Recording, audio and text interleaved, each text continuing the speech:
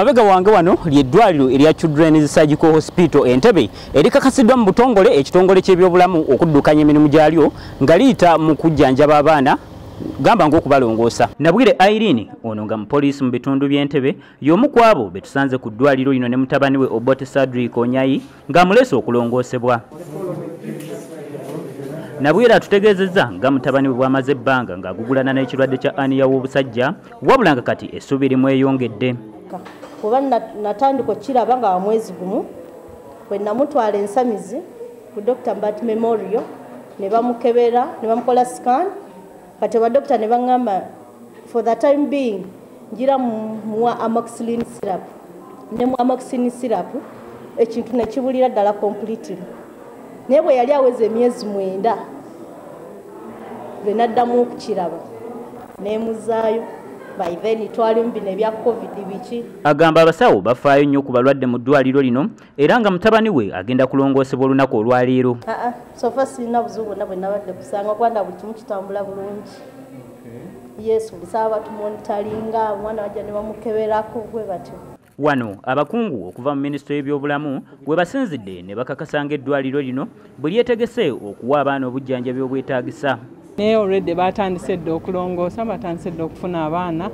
Eddwaliro lino lya region si lya Uganda yokka naye lya region lijja kuba nga lijjanjaba abaana nga balina endwadde ezeetaagisa okulongoosa especially abaana ababa bazaalibwa ne abnormalities.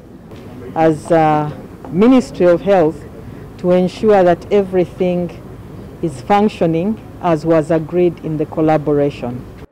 Okusinziira ku minisita y'ebyobulamu Dr. Jane Ruth Acheng, eddwaliro lino lirimu ebitanda 72 n'ebifo awatuukirwa abayi 6. All the equipment are in place.